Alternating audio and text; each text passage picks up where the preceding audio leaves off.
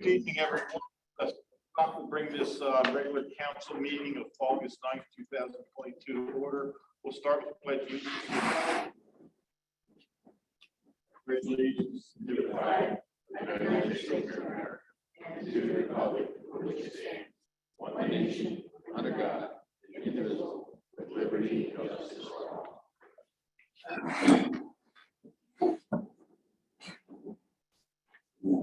have a motion to approve the minutes from July 12th.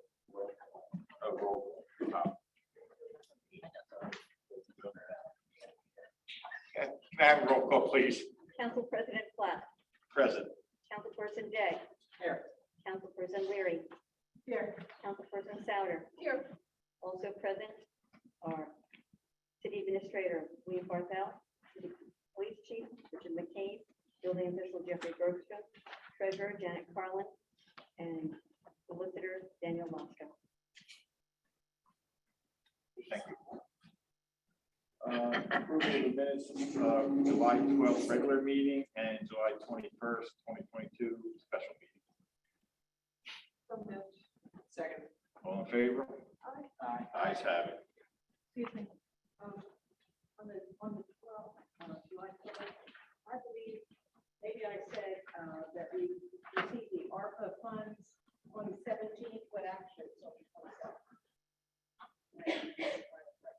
Okay, we can make that correction.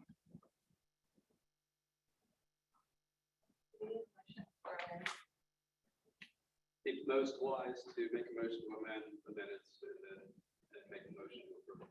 I make a motion to amend the July 17th minutes for the 27th, 2022 for receipt of the ARPA funds.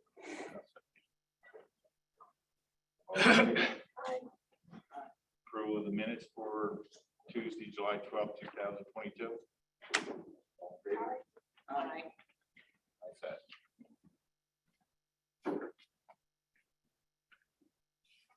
The treasurer, please.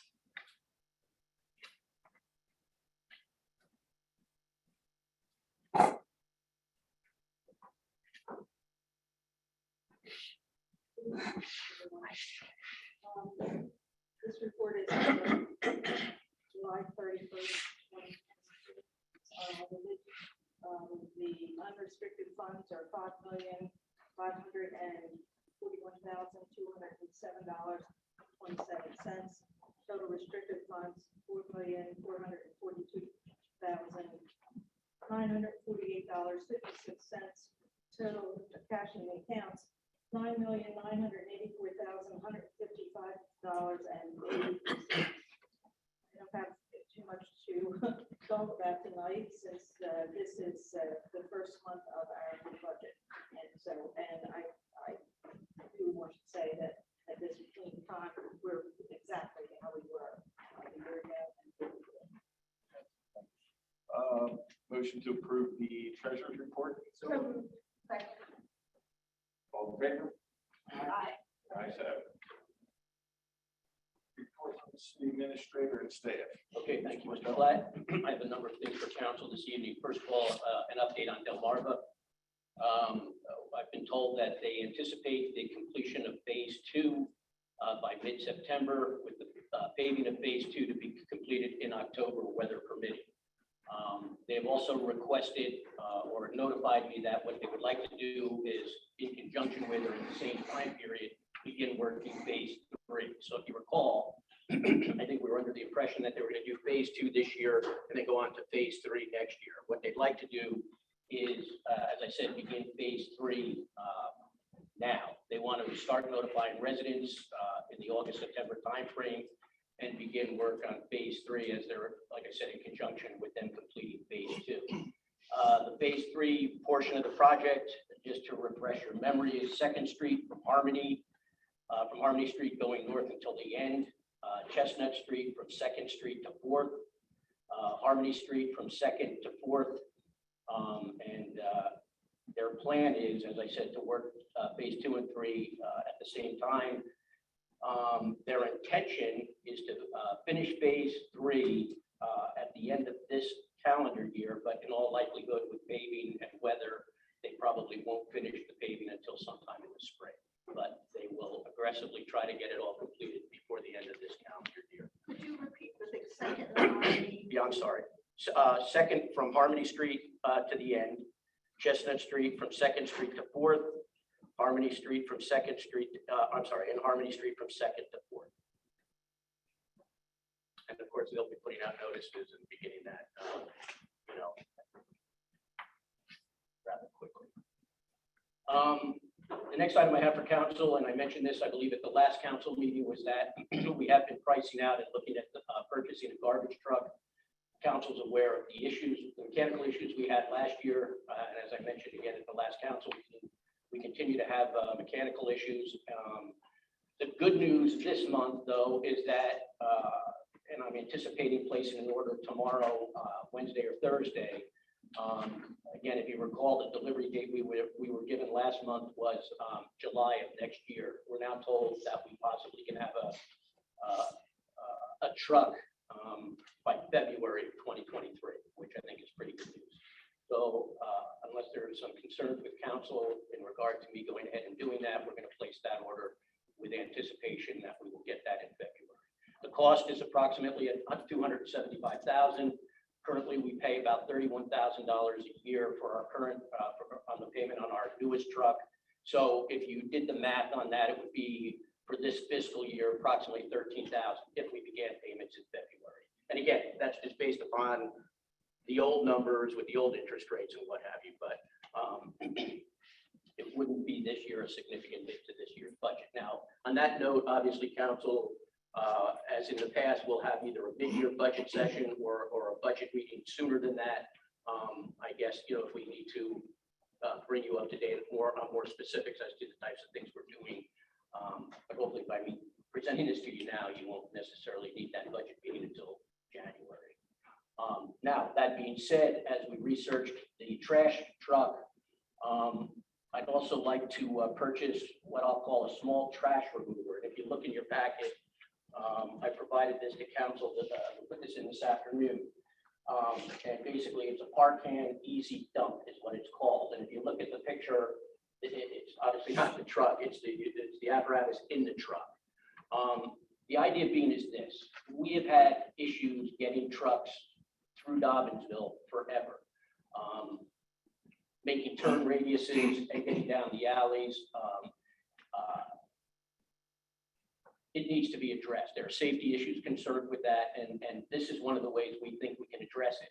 In addition to Dobbinsville, we think this would be something that we could actually use on the Strand and possibly other areas throughout the historic area. Well, I think this would be a good piece of equipment for us to have, particularly in the winter when we're doing yard waste, or if we happen to miss, a residence during the year, we need to go out instead of running a garbage truck for that. We would have the ability to get this piece of equipment. Now, the cost on this is about $30,000, and the delivery time is, we're being told, 14 to 16 weeks. So again, unless council is not in favor of this, I would like to go ahead and place this order and get this into, particularly with the winter coming. I'd like to get this up and running, as I said, because the safety issues that we encounter, in Dobbinsville and on the Strand as well. Questions on that piece of equipment? It's an interesting piece of equipment. It only holds 4,000 pounds. We can get a 4 or 6. We've got to decide. We're looking at both. It'll fit easily on our truck or pickup truck. Yes, it will fit on that truck, and that's a good point.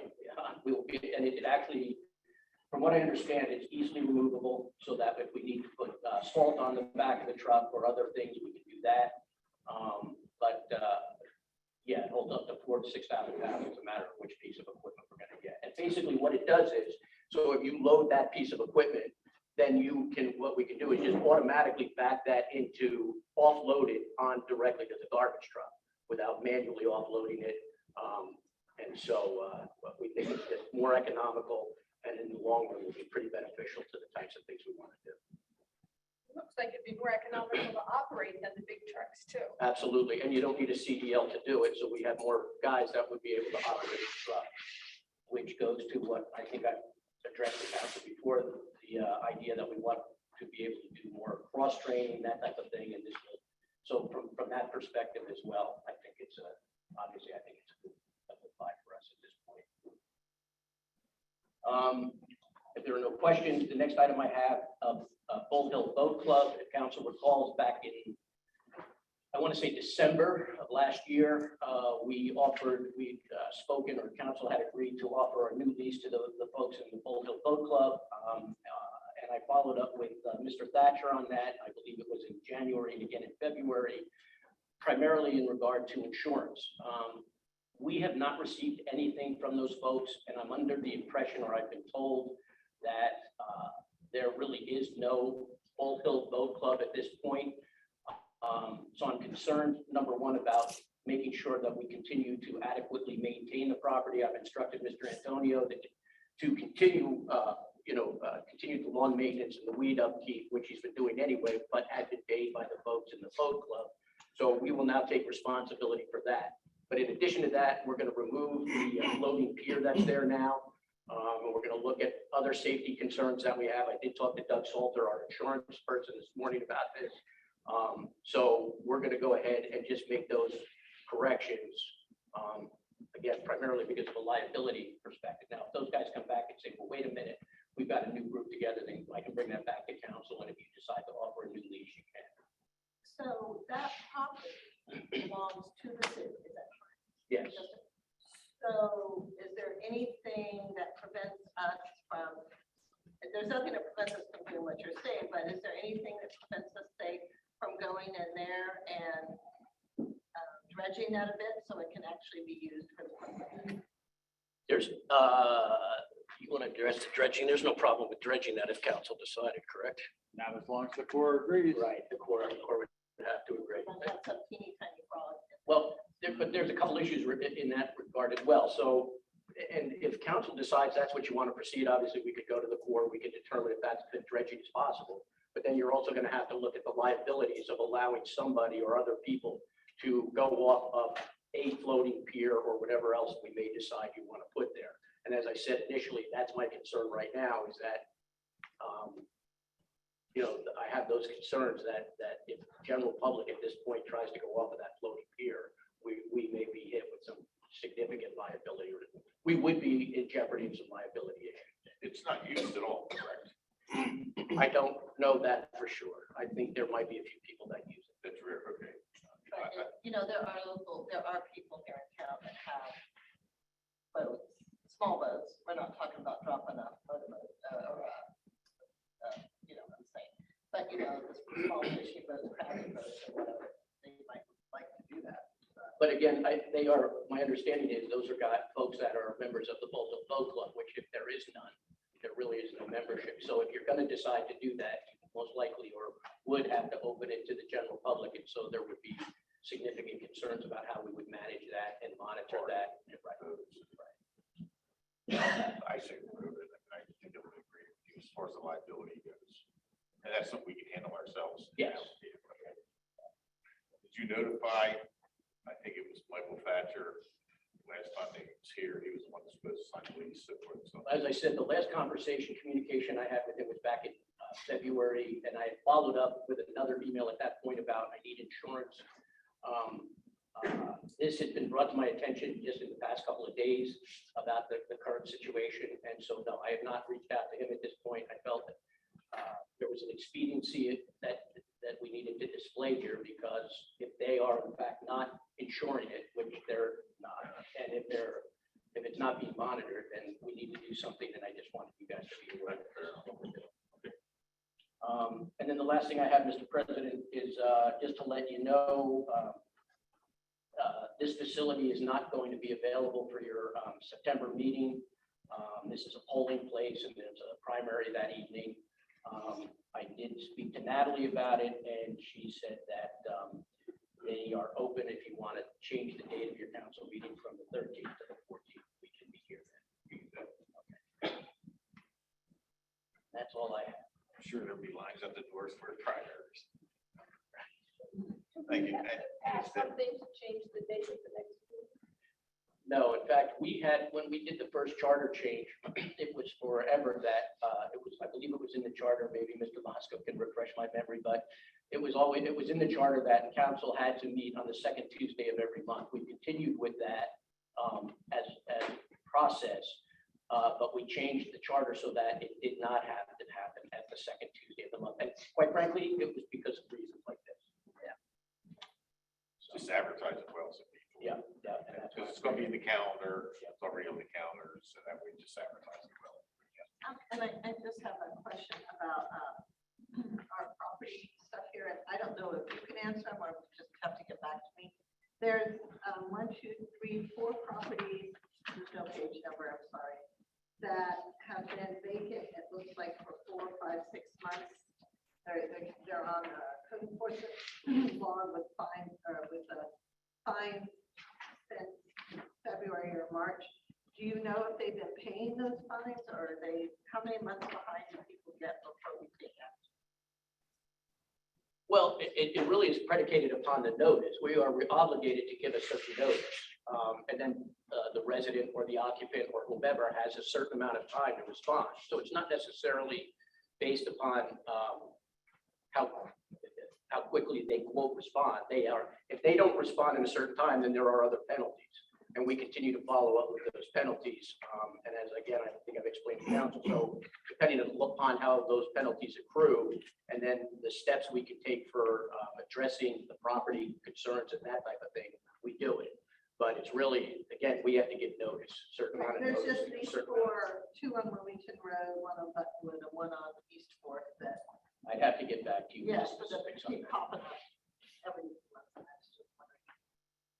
Not that we want to own them, it's just that. Anything else? Not for me. Chief?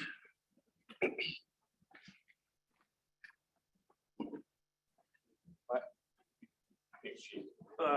In the absence of any questions, my monthly report, I could get into a few investigations I want to highlight. First being a stalking complaint. I highlight this because this requires a significant amount of resource, and a lot of different agencies got involved in this. But in a nutshell, a woman who works in our area was being stalked by her estranged husband. Our patrol officers were the ones that handled this initially. The nexus to the city was very minimal, but our officers stuck with it, worked with the state police, Elkton Police, Cecil County Sheriff, and Ocean City Police. And what happened in a nutshell is we determined that this woman had been stalked for some time. She'd been assaulted out of state. There was an existing protection from abuse. We had uncovered GPS trackers on her car, which is how the suspect ended up in our jurisdiction where she worked. So it was through a really, the way that our guys jumped on this and worked with other agencies and worked quickly. I have no doubt they stopped something from bad happening, whether it was here or somewhere else. Her life was in danger. So fantastic job with our guys, and the way they worked with the other agency was impressive. And in the same time frame, we handled what we'll call a botched home invasion in the Penn Valley area. Although we don't have victims cooperating, our officers responded fast enough and made enough contacts and were smart enough to identify who was involved. We got 2 guns off the street. 1 was stolen, along with 2 folks that ended up getting committed because of their history and because of their conduct. So 2 pretty significant complaints within a short time frame. What I find to be kind of remarkable here is during all of this, we're managing some of the social events that we did, right? So we had a pizza party at the Cary Downey Elementary School. There was a summer camp there that we were invited to. And then I don't want to steal thunder from Councilperson Leary, but National Night Out was a success. And from what I heard, I had to miss that. But what's impressive is the fact that these officers are striking a balance between significant police investigative work and enforcement, and that the community outreach stuff that we've talked about for years. They did a fantastic job managing this month.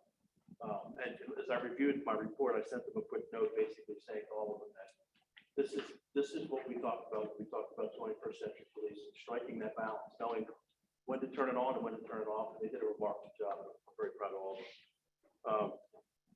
2 future events to keep in mind: our backpack drive, which we do annually. It's on our Facebook page. It's going to be on the 20th.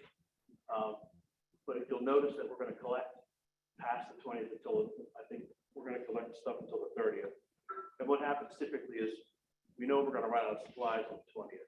But we end up going to the schools first week with stuff that was brought in after the fact. And that really helps, the kids that show up at the end. And so we found that that's been pretty successful. And then our second Lend a Hand, Save a Life seminar or whatever, training class is August 27th. That's also a Saturday. It's already filled from what I understand. So I think we're already kind of making arrangements for another one for fall. So. A quick question, kind of, is any of the officers actually certified in CPR training that they do the training? They can teach CPR? If we had 3. Okay, I had somebody who heads up a local Boy Scout group in the area contact me, and well, I can certainly do it. I don't hold a teaching certificate. But I'll be in touch with you on that. Thank you. Any other questions for Chief? Thank you, Chief.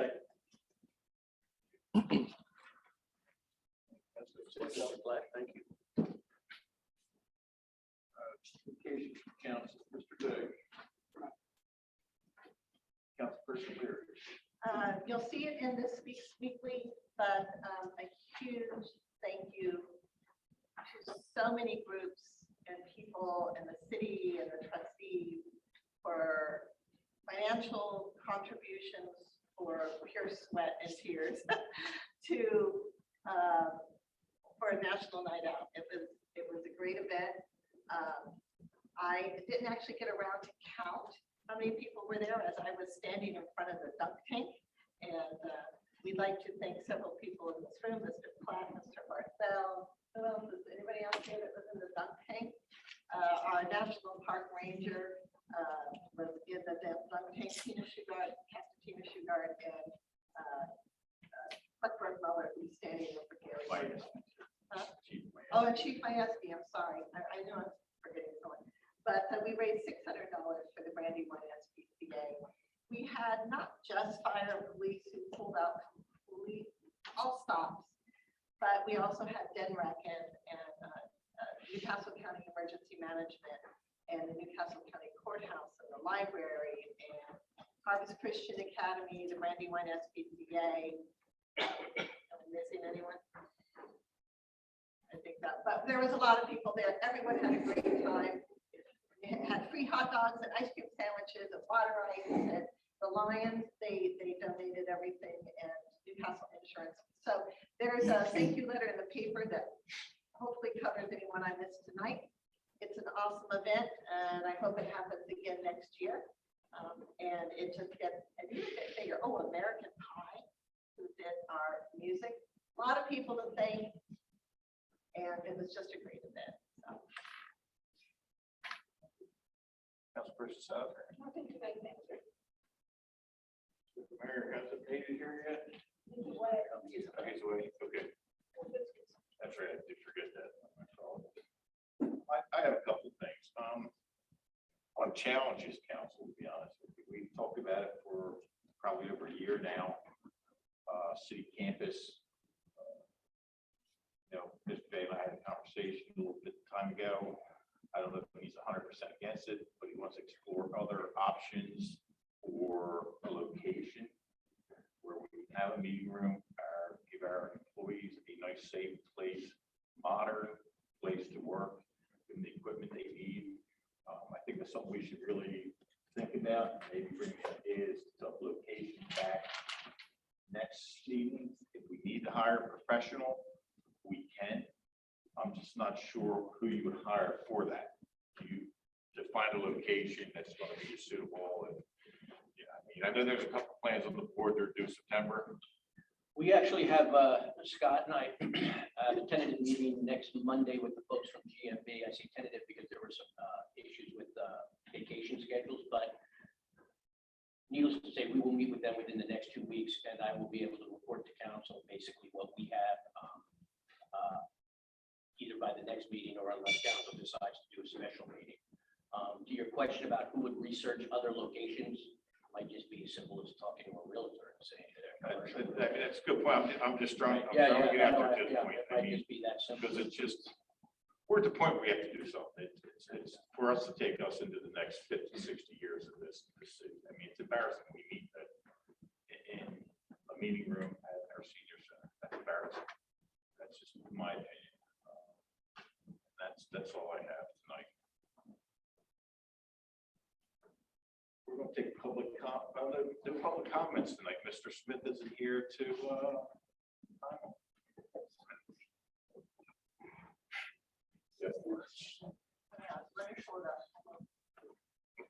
Big public comments, just when you come to the board, identify yourself, sign in, and you're limited to, you have 3 minutes to the board. Donald Trump, 604 Clark Street. I'm just kidding. I get raised, got a bunch of shit or what?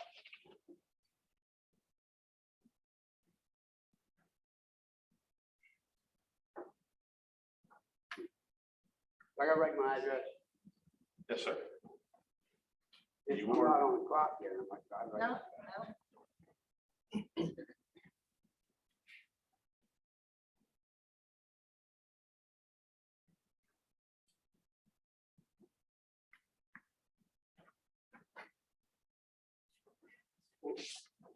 Sorry.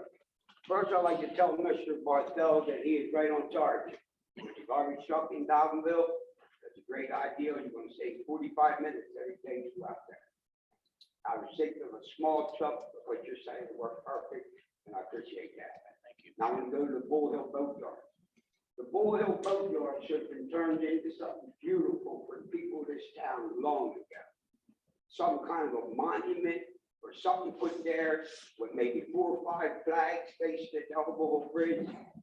We don't need no boat yard. Because I asked for a combination and key for that boat yard 2 years ago and haven't heard a word about it yet. I'm a citizen of this town. I should need a key or a combination. I think the city should take that and make something very beautiful there for the people. It's the end of the town right there. People someday they might continue that trail on up by the graveyard, who knows? But that area right there can be turned into something really nice. But put something there that's not going to draw a whole lot of people from all across the Newcastle County, just for something like that. That would cause a lot of traffic for them. Next, I'd like to address a permit that was issued to someone to drive down the trail in Daltonville with unloaded vehicles and have music, barbecue grills, and everything else at the end of Center Street, Clark Street. I'm not mad at the trustees because I don't blame them all. There's only one person behind this. Okay? The trustees have not had the power to issue a permit in this town without going through the city government. I own my property, I gotta go through you. They own their property, they gotta go through you. I'm asking that this doesn't took place in Daltonville because people is mad at me. It never happened again. I told you people before.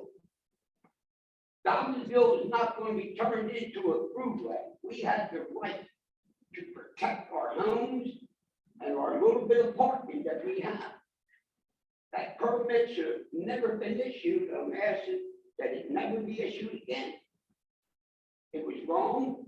The people cut tree limbs down to drive their cars around the barriers after it was told to park them from the information I'm getting and drive back and park. I need to know who's behind this permit. And I think council has the power to find out. It should have never been. It was very disrespectful. And I do not blame every member of trustees. There's a lot of good people in our trustees. One other thing, I'm sorry to take your time. I know you can't, but it'd be all right. I'm just giving you. It'd be fine. I'm against your project on Battery Park. Michael Sharp, I know you got it on the calendar. This is the city of Newcastle. This is not Newcastle County. I'm asking that you shoot that down. Unless you put $1 million in every park throughout every community in this Victor, town. your time's up. Thank All you. right, thank you, buddy. Thank you.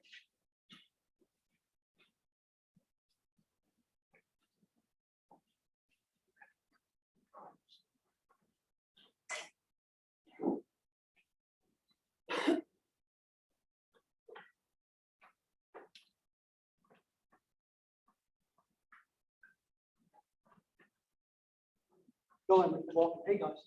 Here you go. If I'm not mistaken, we're coming up on our anniversary for our red light. coming soon. I just want to touch on that tonight. As you all recall, I was dead set against that. And I kind of changed and I kind of became on the fence about it. And my opinion about that had to come 180 degrees. I am definitely for a stop. As far as stop and go, there's no light. As you all have noticed this summer, we've not had any backups there.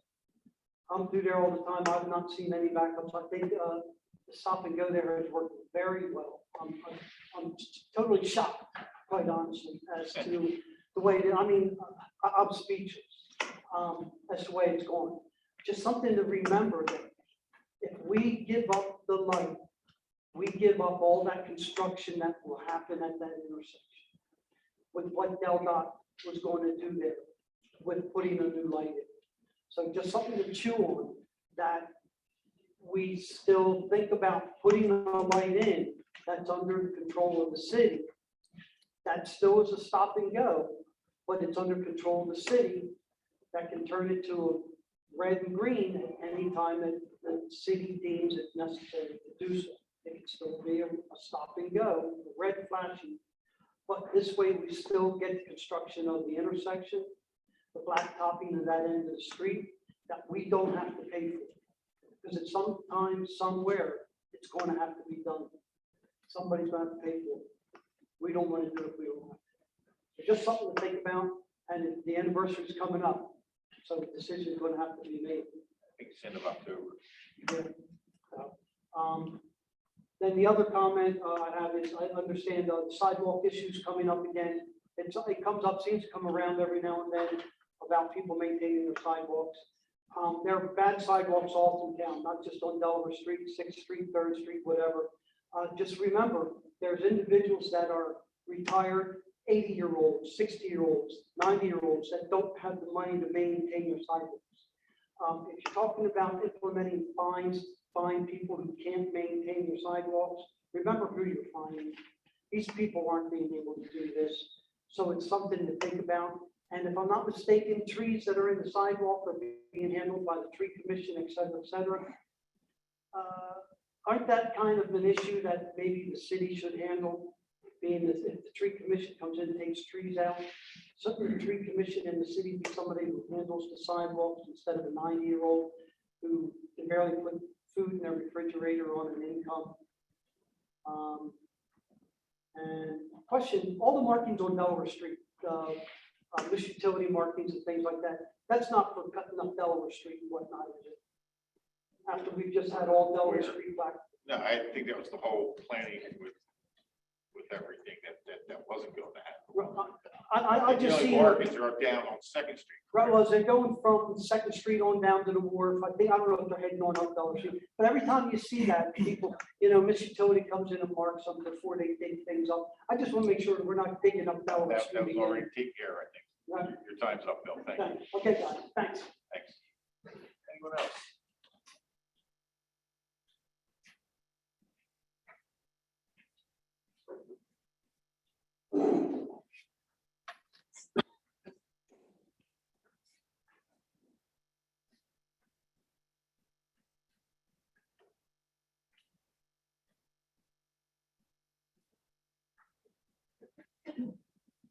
Good evening, council.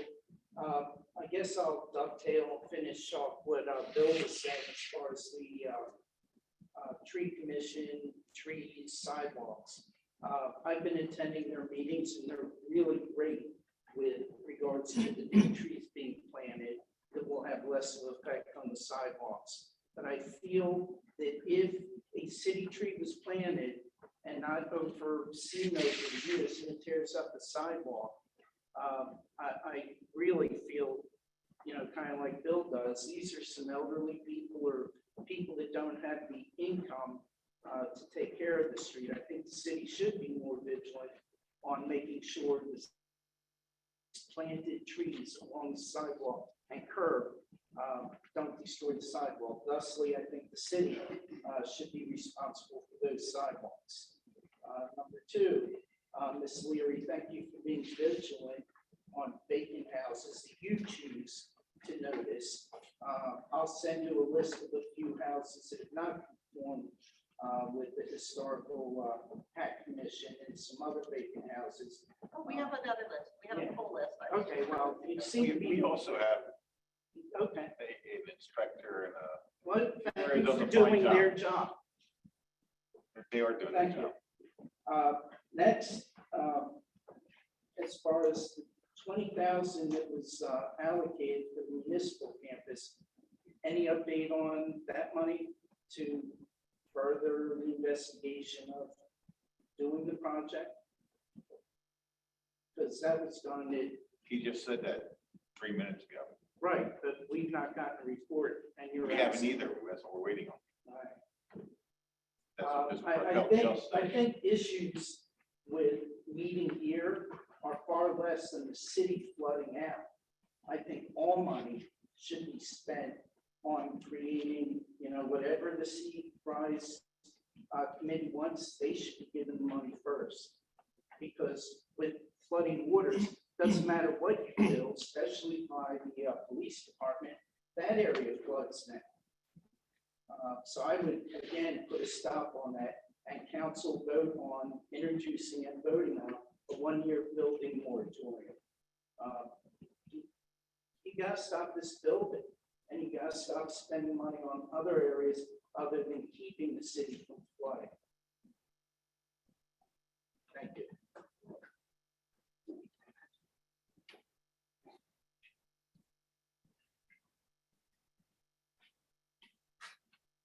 Council, good evening, fellow residents of Newcastle. Make sure you introduce yourself to everyone, please. My name is Brian Mataway, 628 Delaware Street. I'm just here to say thank you. I want to say thank you to the chief for the community policing that you and your department do. Really appreciate the National Night Out. I had the pleasure a couple months ago of attending and participating in the first Save a Life program seminar that Chief mentioned. And believe me, you learn a lot, and it really does make a difference. I would encourage everyone to think about also participating, and for those who can't, I know Chief and his staff are working on some type of online tutorial or YouTube visibility for folks. Next, I just want to say thanks to the trustees for seeing through the project down at Battery Park in terms of the walking path. We all know it was obstructed for an extensive period of time. So the hole that opened up, as someone who runs, I noticed, and walk my baby, I noticed that it's completed now. You can walk all the way through. So I thank you for that. And then also I wanted to thank the trustees and then also give a shout out to the Historical Society, Mike Connolly, for the traveling exhibit that's currently on display at the old library. And I would encourage all residents and people to come out. It's Saturday and Sunday from 1 to 4. If you happen to come out this weekend, you'll see my smiling face. I'll be there volunteering. Thank you. Anyone else? Anyone else? Okay, next on the agenda. Yeah, one more.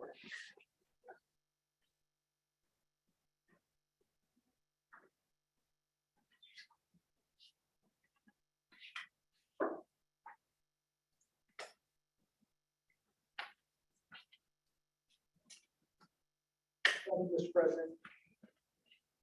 I'd like to start with thanking you all for your service to our great city. You're available to residents seemingly every day for discussion of any issue. If each of you worked on average 20 hours per week and 52 weeks per year at a rate of just over $3,000, this equates to about $3.20 an hour. That's a lot of work for $3.20, but it beats near a point. I was advised by a trustee, older and wiser than I, when it came to matters of the city and attending city council meetings. He looked at me and said, here's what you do. Don't do it. So this is for some discussion. It's a necessary topic, so it's a little unavoidable. I'd like to start with Encore.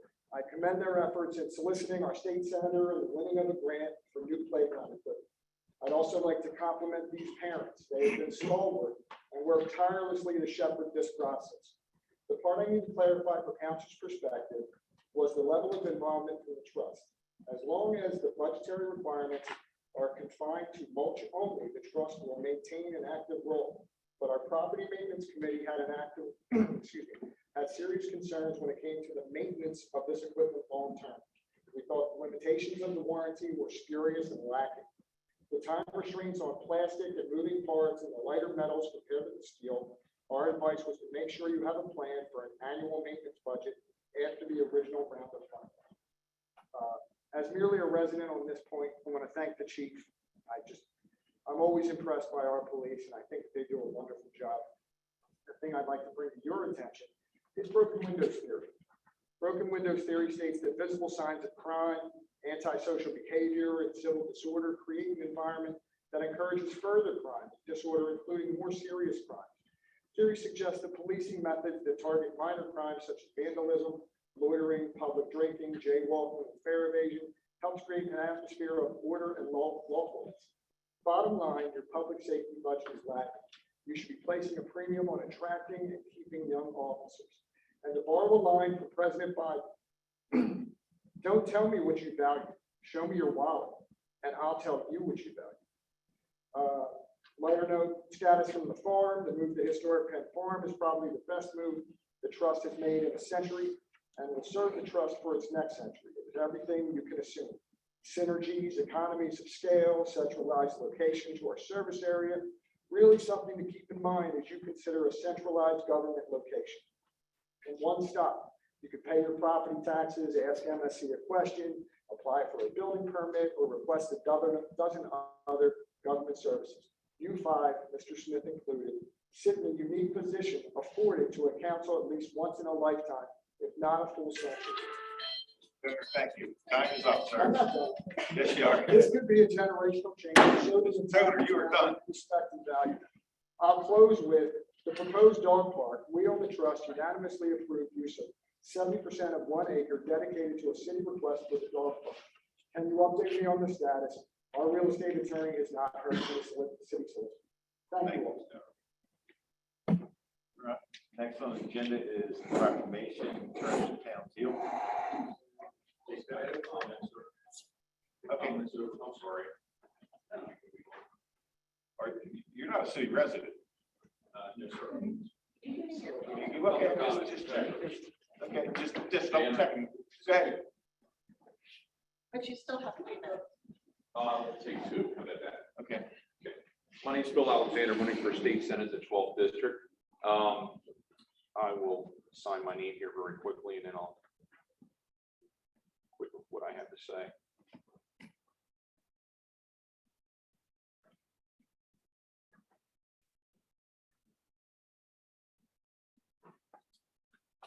Thank you for giving me the time here this evening. Again, the name is Bill Alexander, Senate District 12 candidate. As a retired state police captain and a current criminal justice college instructor, I've seen the evolution and concepts behind what community policing is supposed to be. And within the past 6 months, since I registered to run for office, I've spent a lot of acute involvement here in the city of Newcastle.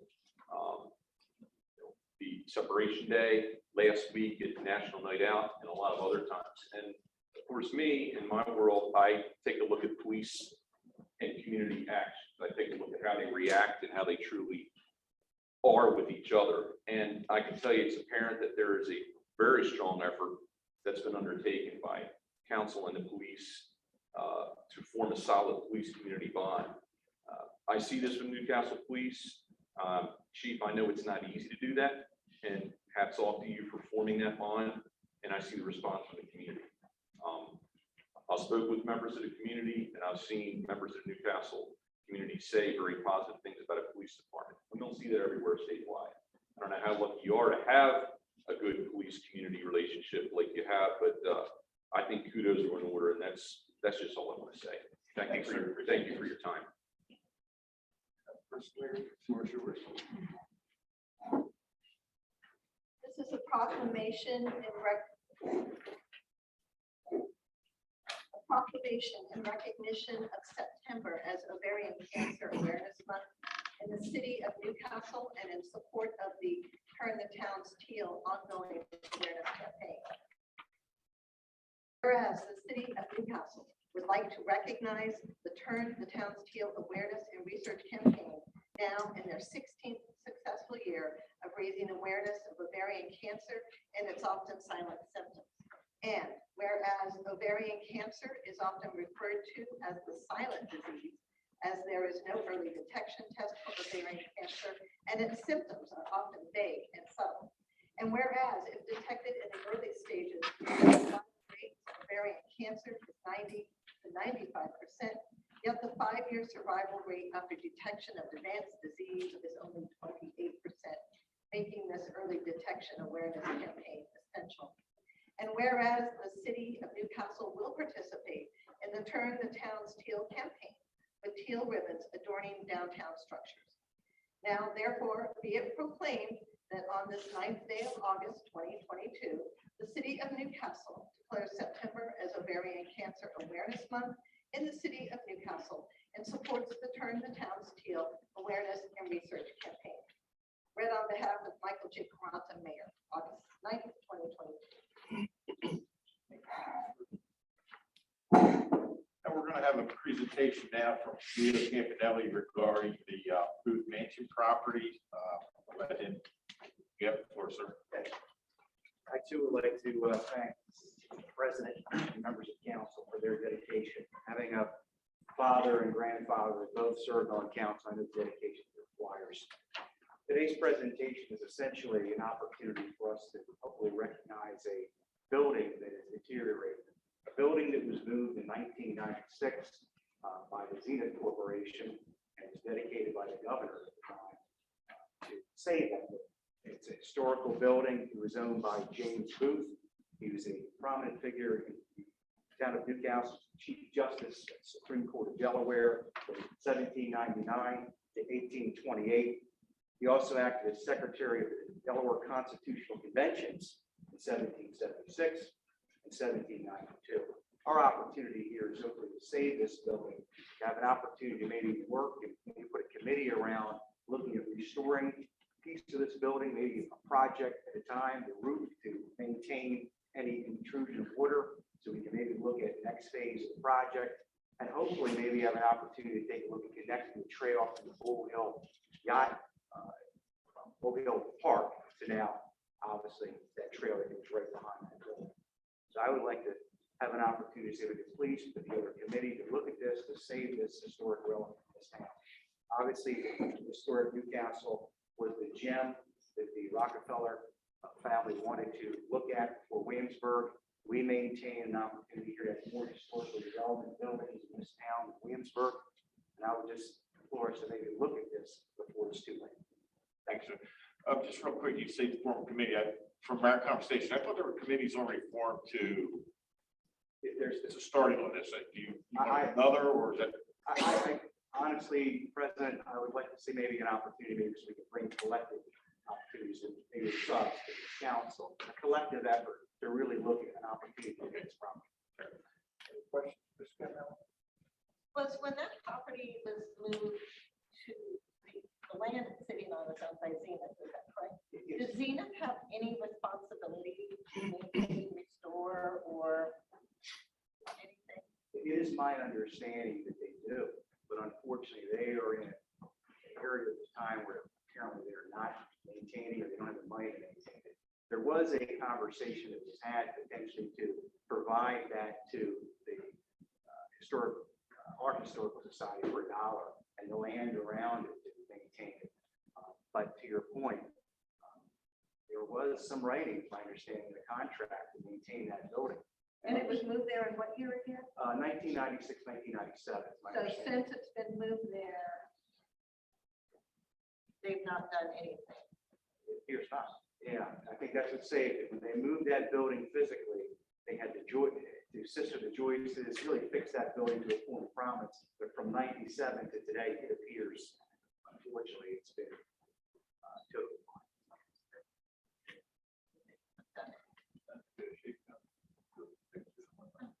Yeah, in all honesty, we came in, I had the president, the trustees come in, he considered Tommy Wilson, we had an opportunity to go in with preservation, as well as president, the vice president. We also had Zenith come out, Devin Orcott, who's the property manager. They've been very helpful. They certainly want to see the best thing done to the property. But our opportunity here is hopefully just really peel back the onion and see what can we do collectively as this historical community to try to save this historical building with significant relevance to the point where they moved it 200 feet. I can't imagine the cost to do that, to accommodate a warehouse. To today, have an opportunity hopefully to save that building. If we connected the trail, I think it would be a wonderful opportunity to build, biking, walking, good physical activity would also be a booster. Sir, I'm sorry, can you confirm the address? It's right around 51 Steel Drive. It runs the river right behind the Zenith warehouse. Sorry to interrupt. Just answer the Just to question. be clear, I hear you met there with the trust at the Zenith, but Zenith isn't the property owner, right? They're just a tenant. Yeah, that's correct, sir. It's STAG Industries. My understanding, it recently changed. The prior property owner was very proactive in trying to maintain, obviously to the point of having the governor come out and dedicate property and move it 200 feet to accommodate the warehouse. Today, the side of it has not been really maintained. It's probably going to be marshland. So I don't think they can build on that technically. That's another opportunity maybe to save that building from being demolished. Excuse me, be another warehouse. So was the property owner like willing to do anything? Oh, yes. I think the property owner would love to see it taken over by the Historic Society of Newcastle. Someone who could maintain the integrity of the building. I think that's really their intent, obviously. I did take a look at it today, and obviously access to that is one of the biggest problems in trying to repurpose the house. No question. So, Yeah, I think the caveat here would be extending that walking trail right by the lead over to that area. Could be. absolutely. So are you wanting, so you said there's kind of already a committee that exists. Well, it's been presented to the Historical Society of Newcastle. They've indicated they would like to take a look at the committee for the property. Mike Conley has been very proactive. So, but again, they're funding this. So we're in a catch-22. Everyone wants to do the right thing. It's just how do we peel back? And of course, it's eligible for, should there be, that it's eligible for preservation grants and. I would think. I mean, I'm new at this, so to be honest with you, I'm too new to be dangerous. We're just trying to do the right thing in the community, and I'm looking to simply have an opportunity to build some camaraderie and look at this together. Really. There was recently an article about it. I don't know its original source, but I saw it online. There's been two, Apparently, actually. the fact that it was moved, it is not currently designated as a national historic property. And the fact that it has been moved reduces the chance that it would be, because one of their criteria is that it's on the original site, and it's no longer on its original site, even though it wasn't moved all that far. Yeah. But that would be, so getting it named to the National Trust, I don't know what that does in terms of opening up grant money and so forth, but apparently that's a limitation because it has been moved. And I understand why it was moved, but. Yeah, or nonetheless- been demolished, right. I think the other aspect of it too is that local grants from Motiva and other organizations, I'm told they're very proactive in trying to work in this facets. But I think in order to be effective, maybe we have to have all our levers of government to help take a look at how do we preserve this building. Mr. Burke has a question. Oh, when we moved the property back in '97, we did have the historic building survey come out from the University of Delaware. And we made a determination as best we could in 1997 that the property being moved 200 feet, but still on the point, was going to remain eligible for listing on the registry. They had something to do with this report that's dated 1996 right here. Yeah, that one. You've been around that long. It was actually considerably before that one. They had to get him to agree to move the building. It was pretty expensive. So is this something that we should look at? A resolution that's representative from the city, maybe from the trust, with the other people that Diaz and Chad and whoever. I don't know if we need to resolution yet. I mean, I think it's just for discussion. I think we should sit and think about it. I mean, I've had a month heads up just putting it together with. I think we should see who else is interested in, maybe then kind of just having an informal meeting. I think just see what we have, where we can go with it, and then if it takes some resolutions, maybe another subcommittee type thing. Yeah. We can do that. But I mean, just what scares me is you get Preservation Delaware. They know a lot more than I do, more than probably what you do. Just, Russ would be a good person. He's a historian. It's kind of his hobby. So let's see if we can't put something together, a meeting between the 3 or 4 groups, and then we'll move forward from there. I appreciate that, President. To your point, Preservation Delaware has identified this as one of 2 remaining buildings in the state with this particular architecture. And for the river front farms, it's just a handful of the country. So I appreciate that. Okay, thank you. Thank you very much.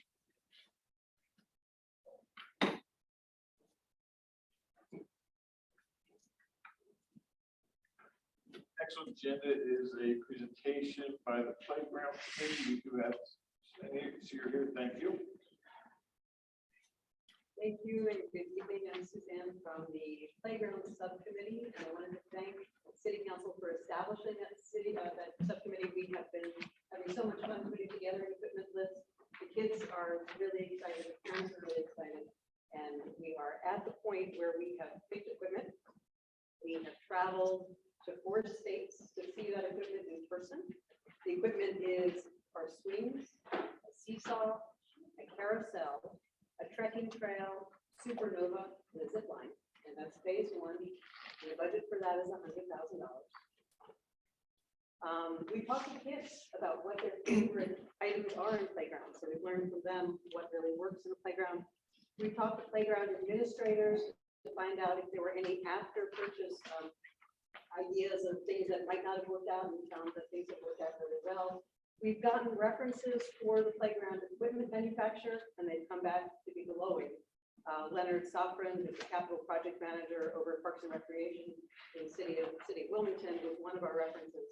He's worked on many parks with conference and has been delighted with the equipment up till now. We picked colors. We've submitted a budget respectfully, and we're ready, I think, to take it to the next step and open up to any questions you may have about the equipment that was selected, the process that was used to select it. And so I welcome your questions. Any questions from council? I have one. I went through the material and I'm a little confused. The list, there's one list of equipment that includes the zip line and the Supernova and the carousel and some seesaw and so forth. And all that totals a little over $100,000. But then there's another list that includes the walking trail and the spider web, and that's another $34,000 if I'm reading this properly. Okay, so what we did is we came up with phase 1, phase 1B, and then phase 2, which is the Kelmar Nickel-ish type ship. Phase 1 covers an equal distribution between little kids and bigger kids. It includes, for the big kids, the Supernova, the Kiddie Carousel, and the swings, some of which are accessible so that those who are handicapped or in wheelchairs are able to participate as well. For the littler kids and also for the big kids, we have the zip line. For the littler kids, we have the seesaw, the trekking trail, and swings that are geared toward them. The worry was that in the time lag between phase 1 and phase 2, which we will be fundraising for, that there wouldn't be enough climbing equipment for bigger kids. And so we put in the spider net in the case that the NREC grant might come in. So we might have a little bit more funds, or we can fundraise ourselves to bring in this extra piece of climbing equipment. But it's not included in. So the initial thing doesn't include that you're hoping to potentially fundraise for the extra $35,000 to be able to do that all at once. And then the ship would be a separate thing. It would be a separate big, beautiful thing. I think we decided that meeting that once we kind of postponed the vote from council or resolution from council to the fact that we didn't have the DEMREC grant was going through, so we could postpone that a little bit. And then, like I said, I kind of grabbed it a little earlier. I found out today, since this is a state this is state money. It has to be bidded out. And once again, I'm an undertaker. I don't know anything about that. I think we should sit down with Mr. Martell, have him walk us through the bidding process so that we do it the right way. And as I mentioned, when I spoke to Mr. Cochran, he did mention that bidding process in Wilmington. We didn't think we had to go through it, so it's interesting to do. If you're using state money and it's over the threshold amount that you are, you're gonna have to do a request for proposal to bid it out. So would that also go for installation? Installation work, well, it's not buying materials, but it's still buying labor and materials. I think those go hand in hand. Okay, I'm just making sure. I don't know if the $100,000 $100,000 includes installation. It does. Right, okay. About 30. So, I may be confused, I'm willing to do that. So we heard from President Turner for the trustees that the base, that I think there's a difference, and it wasn't just mulch you guys were looking for. It actually is. Oh, it is. Oh, okay. So it's the woody mulch or the. It's the way most of them, when I think the trustees are putting that in, all the parents do. More efficient, for their kids to make difficult. So thank you for the trustees for doing that. I think what President Turner is concerned about is if the equipment that we purchase were to break or to fail, how would those things be replaced? And I think that's a very valid point. We will be fundraising for our next stage, and we hope to have ongoing fundraising to this. But I did carefully talk to people who have used the product. I'd love to see the warranty for the existing equipment, if it's possible to get that to compare the two, so that we can see where the difference might be. This company's been around for 50 years, and the track record from everybody I've spoken to so far.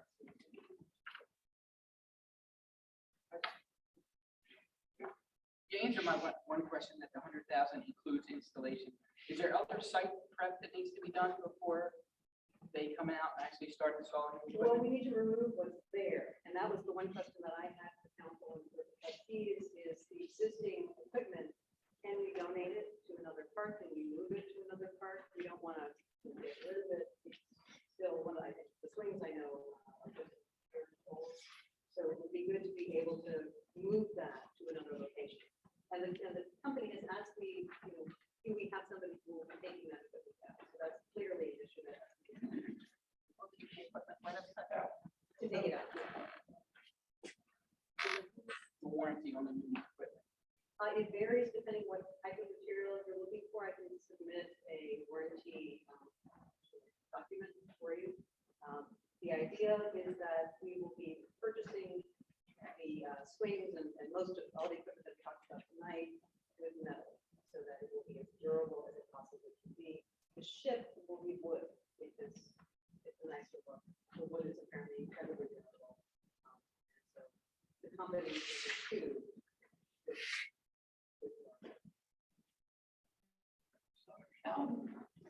There are other playgrounds in this town besides Battery Park. And I know it's the biggest and the most prominent, but nonetheless, there's other neighborhoods, need nice playgrounds too. Is this group interested in expanding? Once you get this one going, you're trying to continue and raise funds and so forth for the other playgrounds in town? We've certainly talked about it. I think probably an important component is to involve people within each community so that they can help to personalize their playground for their children. But once we have a template that works, once we know how to raise funds for playgrounds, I think it makes sense to do it throughout the community.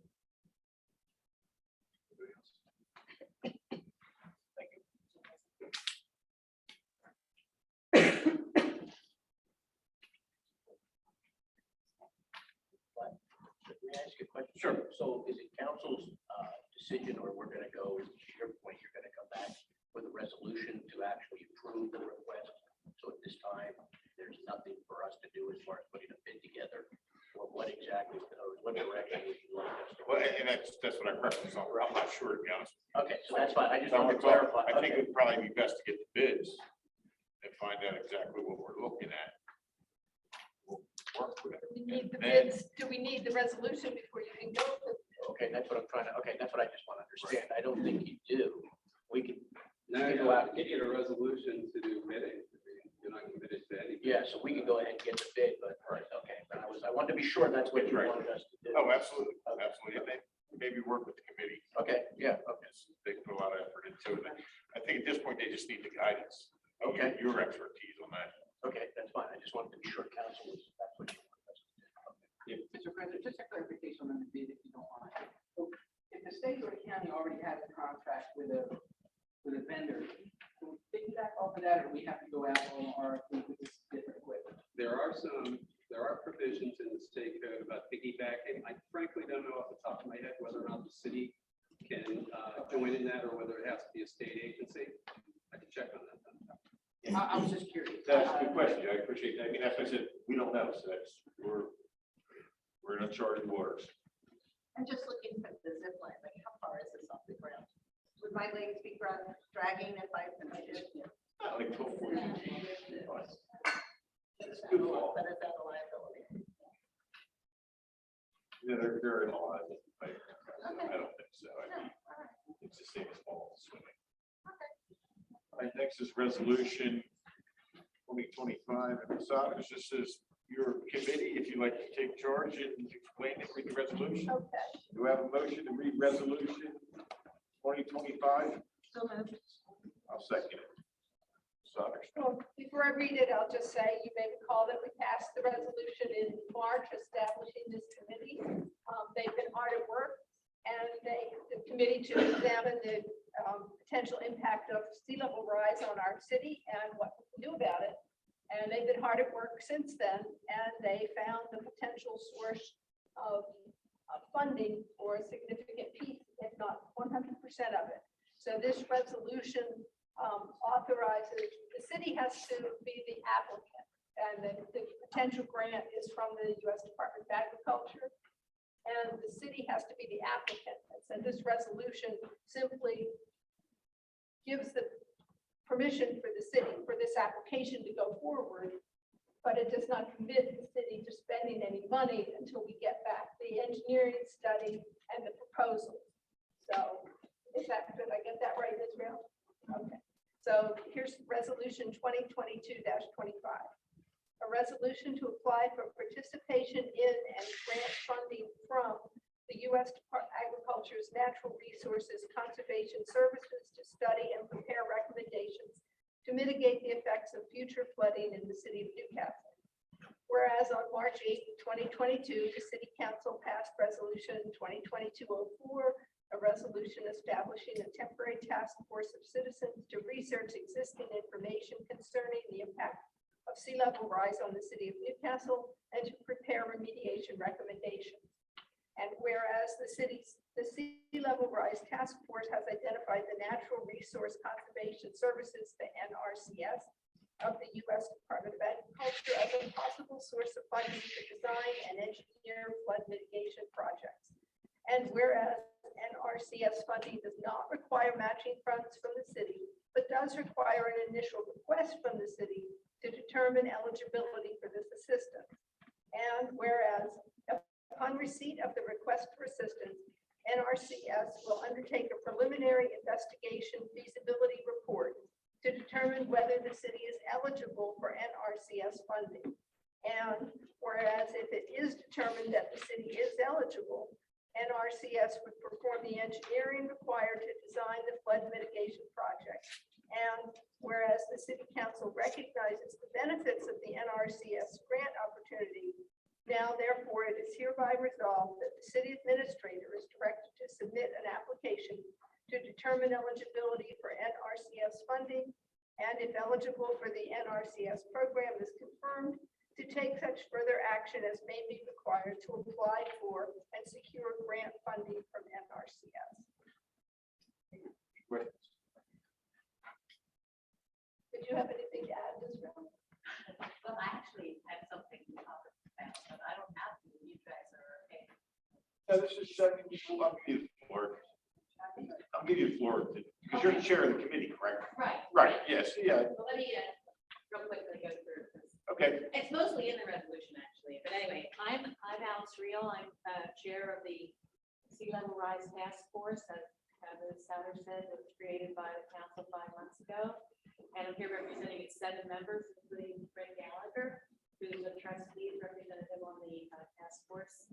Anyway, we have, some of the things we have to do is to determine what is our vulnerability to sea level rise and the resultant flooding and storm surges, et cetera, to determine what we can do about it and to find funding. And since we're a limited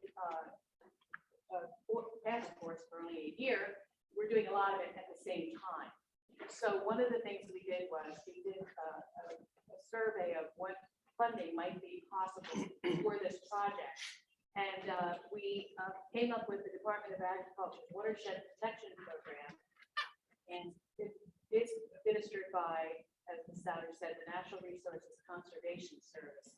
So we contacted the local Delaware representative of that organization, the NRCS, and Ms. Ann Baldwin, who also came to our meeting last month.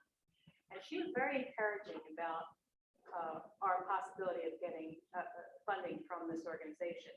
And the reason we were especially excited about this particular source of funding, as Ms. Souter mentioned, is that it would be 100% of the ELISI engineering and the design, and very possibly the construction of any project that would be necessary for the city at that point. Now, it's no sure thing because there are certain requirements, including, because it's the Department of Agriculture, 20% of the benefits have to go to farm or rural. Ms. Baldwin seemed to think that could be finessed for a city like ourselves. And the first thing we have to do is send a letter to the environmentalist, Department of Agriculture environmentalist in Dover. I prepared the letter for you to send. And I used a template that I got from them, and I put it into something that was more applicable to our situation. They do an initial investigation once they receive the letter to find out if we're actually eligible for this program.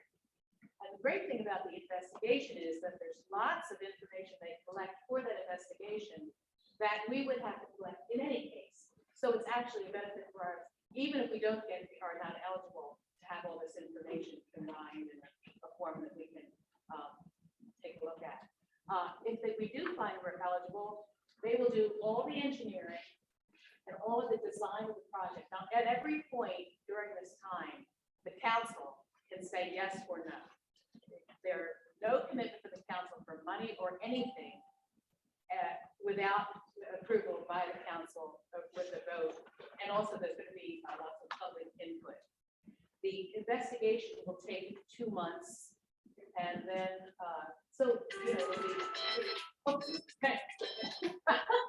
I don't know if you said that same thing. I don't know. Yeah, but anyway, the investigation will take 2 months, and then we'll know pretty quickly whether or not we're eligible. And then the engineering and the design will probably take 2 years, and then there's the construction. So it's a project that's going to take a while, so that's why we thought, even though we're still in the middle of our program, of our task force, that we would present it to you right now. It's flood prevention, which is, according to the NRCS, is 100% paid for, funded by the Department of Agriculture, NRCS. They have a lot of money, right, they're saying they have a lot of money to devote to flood protection. So it's a possibility. It's not, as I said, a sure thing. Anyway, there are some commitments that the council would make at the end of this process that, as I said, 100% funded by them, including if there's any eminent domain that has to be done with properties involved in this, that would have to be the city. Also, if any permits or licenses have to be gotten, that would have to be done by the city. And also, after the project is done, the city commits to maintain it. Now, the maintenance could be done through another funding, but anyway. So that is basically it. What you have in front of you is the letter to you, which explains what I just said. The sample investigation report, which you can see is very involved. And the flyer from the NRCS, which indicates flood protection, is 100% funded. And also the letter that I prepared to go to Casey Taylor at the NRCS here in Dover. So anyway, that's it. If they have any questions? Thank you, Wow, Allison. great. Appreciate it. All right, well, thank you so much. Thanks for listening. Appreciate it. We have a motion on the floor for the resolution. All in favor? Aye. Resolution passes. Next is a resolution to appoint Dr. Roy Sipple to the Municipal Service Commission. Mr. Clear, I'm going to turn this over to you, and I'm also going to abstain to personal reasons. So. Do we have a motion to consider this resolution? I'll read the motion. Resolution 2022-26, a resolution making an appointment to the Municipal Services Commission. Whereas Section 1 of the Charter for the Municipal Services Commission, the MSC, states that the business and affairs of the MSC shall be managed under the direction of 3 commissioners, 2 of which shall be appointed by the City Council, while the 3rd commissioner shall be the mayor of the City of Newcastle.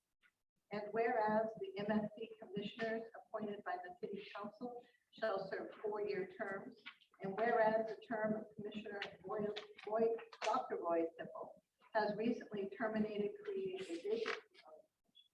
Now therefore be it resolved that the City Council hereby approves the reappointment of Dr. Roy Sipple as an MSC commissioner for a 4-year term ending March 31st, 2026.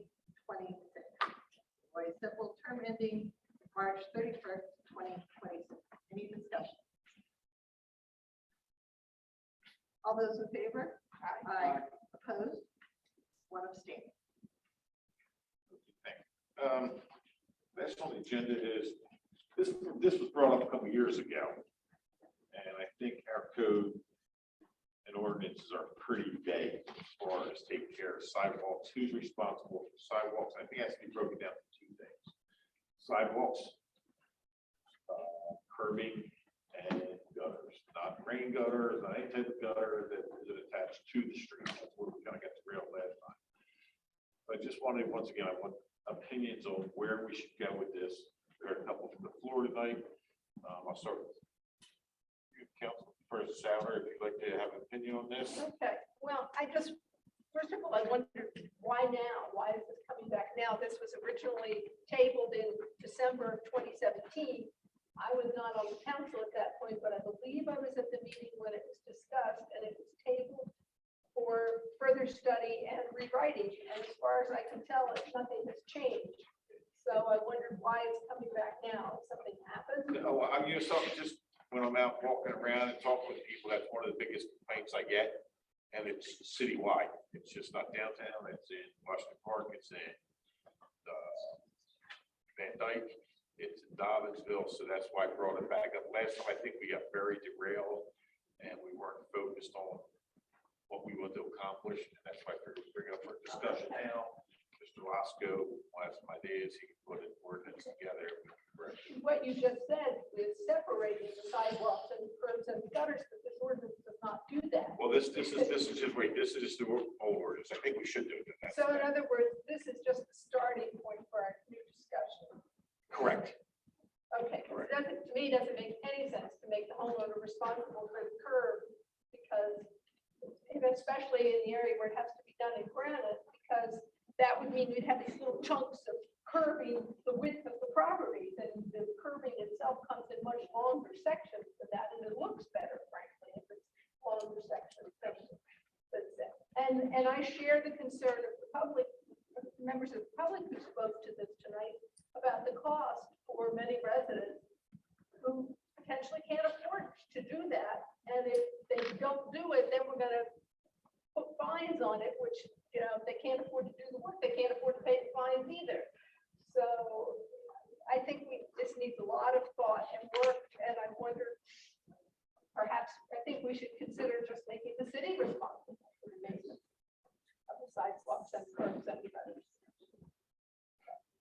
Okay. I was sitting on council when this came up the first time, and we did table it for a rewrite. if I recall correctly, the biggest issue was including curbs and gutter here, which I would consider part of the street. You know, curb gutter. So, for the most part, I think traditionally, and traditionally is maybe not even the right word, you know, residents have replaced the brick in front of their homes. Should they need something, I know in front of my home, the brick has been raised twice because of some issues, but that was done by the homeowner prior to us. And if there's any disturbed brick when they're doing work by Delmarva or somebody else, it's always been put back by them. I know there's a cost to it, I really do, but I am with Councilperson Souter. First of all, I would never consider including curbing and gutters in this, but I do think that there might be a middle ground of some sort, and that is, again, discussion and research about the sidewalks. I don't know what other towns do. Are they responsible for their sidewalks? I don't know. Wilmington, Newark, New Neighbor, I don't know if they are or not, so I can't speak to that. But I think that requires some research. And it's not even, a couple give me the point of the older people who can't afford to do it, There might be just some of us middle class people here who can't afford to do it either. So, or it's not a priority when you're trying to pay other things, so. Yeah, just a couple thoughts. I mean, we deal with the same issue in the county, which may be different than downtown, but it's certainly not different from our suburban type areas like Van Dyke Village and Washington Park. But it's certainly not an easy subject. I don't think that there's one easy answer here. I would agree that it certainly should include curbing and gutters, but anybody that lives on a corner in town also has handicap accessibility ramps built into their sidewalks, which I don't know that we can push that off on a homeowner. And I would agree, that the city takes care of the trees downtown. It's a tough call for us to plant a tree that damages the sidewalk and then ask the homeowner to replace the sidewalk. So I do think we need to see what other jurisdictions are doing, but I think we also need to figure out if we do go forward with this, how we would enforce it and how strict are you going to be on enforcement? Or do we develop some kind of loan program or some kind of grant program for property owners that are trying to do it that may not be afforded?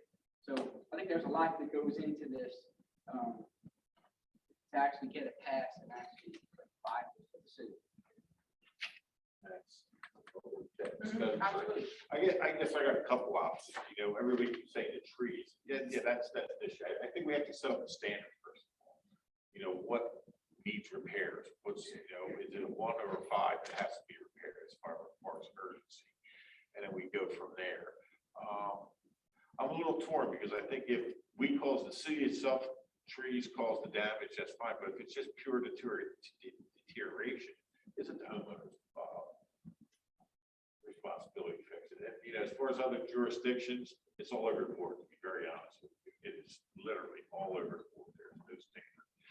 So listen, why don't we just take some time, think about this? We heard some good ideas tonight, and we can get back, or you can email Mr. Lasco some ideas, maybe start working on it to see where we go with this.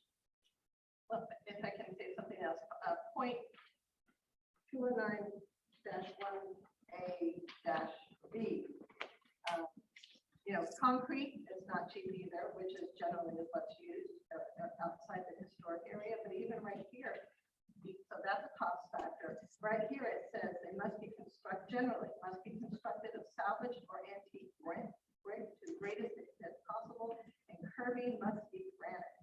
And right before that, it says any repair or replacement of sidewalks, curbing, and gutters shall be in compliance with the ADA guidelines. Right. I short-circuited that. So I think those are all the reasons why this was tabled for a rewrite a couple of years ago. When did you say? Correct.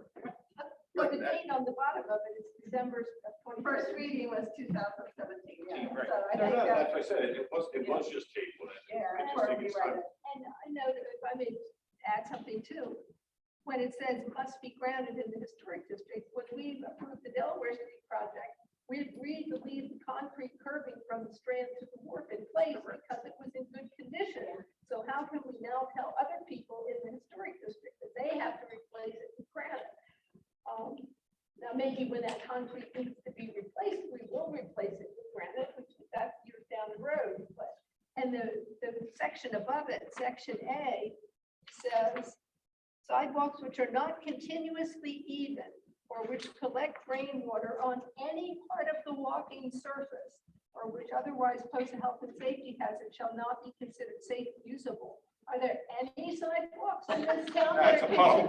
that are continuously being Right. walked in the street? Yeah. Right. And don't have puddling at some places, and not just the bricks, I'm talking about all of them, all over town.